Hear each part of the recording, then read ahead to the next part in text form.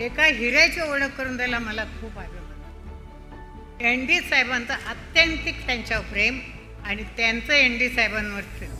गव्हाण या छोट्याशा गावात, अगदी लहान खेडेगाव, त्या गावात अत्यंत गरीब कुटुंबात त्यांचा जन्म झाला. आणि बंदरात जे नावाशावा बंदर जवळ आहे त्या ठिकाणी गव्हाची पोती यायची आणि गव्हाची पोती उचलली की खाली सगळे गव्हाचे दाणे पडलेले असायचे.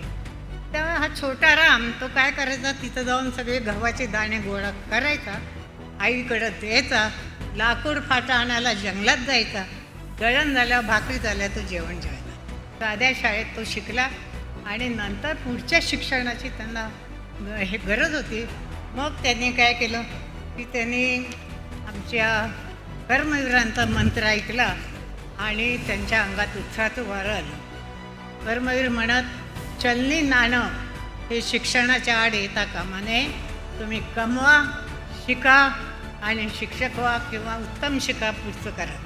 त्यामुळे ते ऐकल्यावर ते सातारला गेले आणि त्यांनी समूह शिकामध्ये भाग घेऊन हे शिक्षण घेतलं आणि शिक्षक झाले. पण त्यांचं शिक्षकात मन रमेना. त्यांचं मन चळवळ करायला लागले की आपण धंदा केला पाहिजे आणि म्हणून ती छोटी छोटी कंत्राट घ्यायला लागली. तुम्हाला आश्चर्य वाटेल, आता कोट्यावधी रुपयाची ते कंत्राट घेतील आणि त्यांना कंत्राट देतात. कारण अत्यंत प्रामाणिक, अतिशय प्रामाणिक, सचोटी, प्रेमळ, दयाळू असं त्यांचं व्यक्तिमत्व आहे. आणि त्यामुळे रामशेठ म्हणजे हा रयतचं एक रत्न आहे.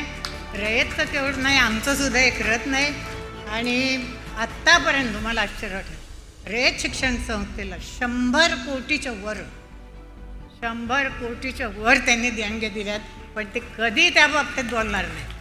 अशा रीतीने कष्ट करून या रामशेठ कधी झाला ते आम्हाला कळलं नाही.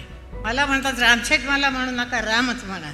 इतकं त्यांचं नेतृत्व अतिशय शांत आणि नम्र आहे. हे रामशेठ, तुम्ही केवळ दातृत्व नाही, मला तुमच्यातलं जे आवडतं ते माणूस पण, अत्यंत माणुसकी. आणि कधीही त्यांच्याकडे कुणी जाऊ त्यांचा दयेचा हात पुढेच असतो. आणि आज त्यांच्या नातवाचा वाढदिवस असूनसुद्धा एन डी साहेबांच्या प्रेमामुळे ते झाले. त्याबद्दल मी त्यांचे खूप खूप आभार मानतो.